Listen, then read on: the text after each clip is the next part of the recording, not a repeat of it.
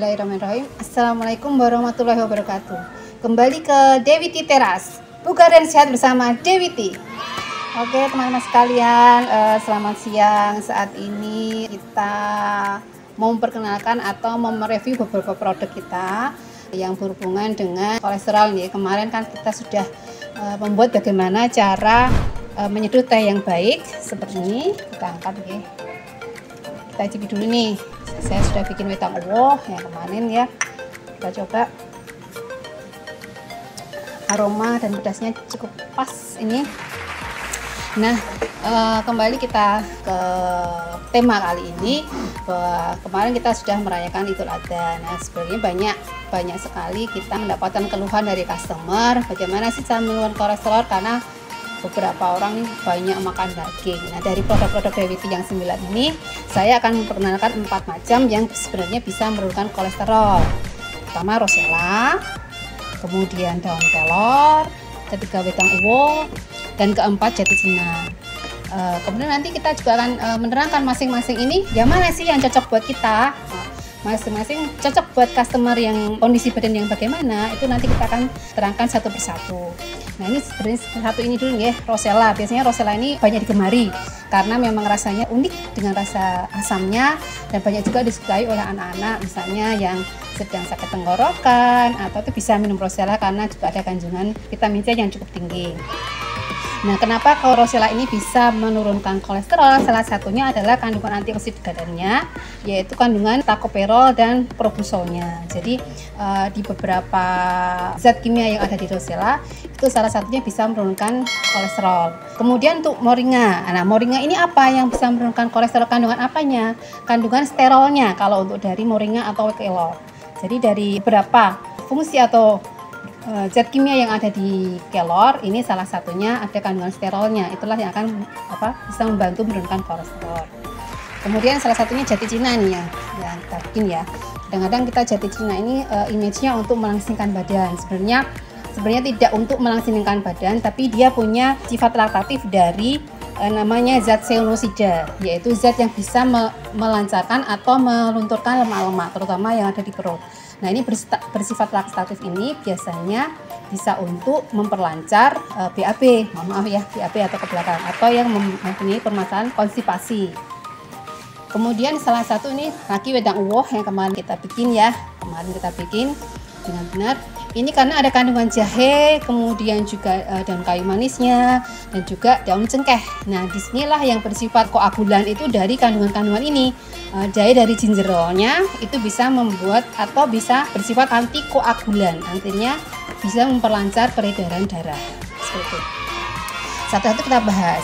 Kemudian kita lihat mana nih yang cocok buat saya. Nah, masing-masing kita melihat dari kondisi tubuh kita sendiri. Pertama untuk rosella. Rosella biasanya bagi yang mempunyai tekanan darah rendah itu sebaiknya jangan minum rosella karena dia sangat efektif untuk menurunkan darah tinggi juga.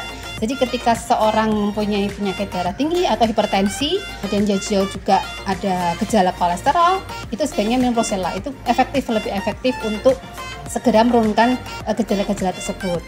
Kemudian kalau moringa ini sebenarnya umum, bisa diminum oleh siapa saja karena dia kandungan nutrisinya cukup tinggi. Banyak vitamin A, C, dan D yang sangat baik untuk kesehatan tubuh kita.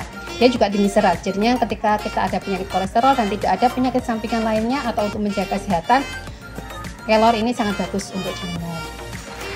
Nah, kemudian sekali lagi untuk jati cina, ini bisa diminum ketika kita ada keluhan. Selain keluhan kolesterol, juga ada keluhan tentang kesulitan BAB atau konstipasi biasanya ya, kita istilahnya seperti itu. Ini baik sekali karena nanti dia di dalam usus, dia akan mempercepat pengeluaran lemak-lemak di dalam usus.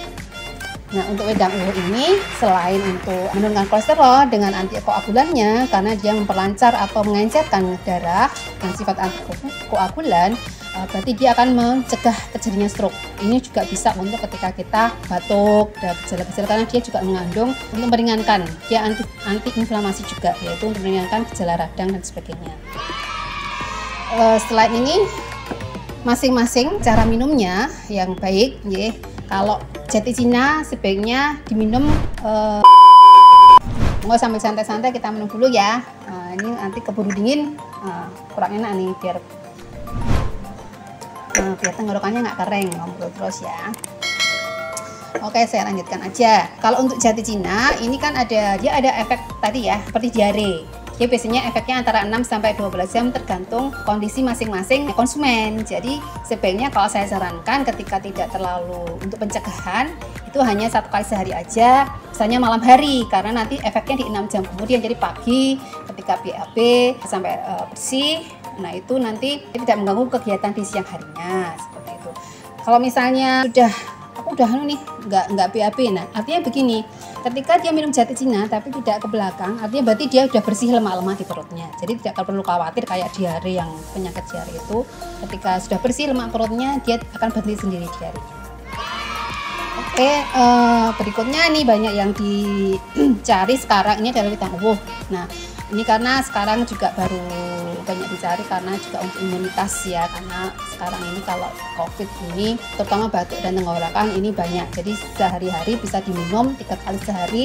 Ini tidak ada efek yang terlalu bahaya seperti itu, jadi dia bisa untuk menghangatkan tubuh, bisa untuk meredakan batuk, kemudian juga efek berikutnya adalah untuk meredakan kolesterol seperti itu. Oke, kalau rosella seperti saya sudah sampaikan tadi, biasanya kalau untuk yang punya darah rendah jangan diminum, tapi kalau untuk yang darah tinggi dan juga kolesterol bisa diminum 2 kali sehari. Nah ini masing-masing di celupnya ini sudah kita ukur seperti ini. Itu biasanya 2 gram, ini sudah sesuai dengan kebutuhan tubuh kita, jadi sekali minum. Misalnya penyakitnya atau gejalanya lebih banyak atau lebih parah, itu bisa 2 kali lipatnya. Jadi misalnya 3 kali sehari atau sekali minum 2 kantong bisa, karena itu 4 gram seperti itu. Kalau daun kelor juga saya sarankan 3 kali sehari karena dia banyak nutrisinya. Oke, begitu teman-teman yang bisa saya jelaskan. Ketemu lagi di Teras Dewiti minggu depan. Salam bugar dan sehat bersama Dewiti. Assalamualaikum warahmatullahi wabarakatuh.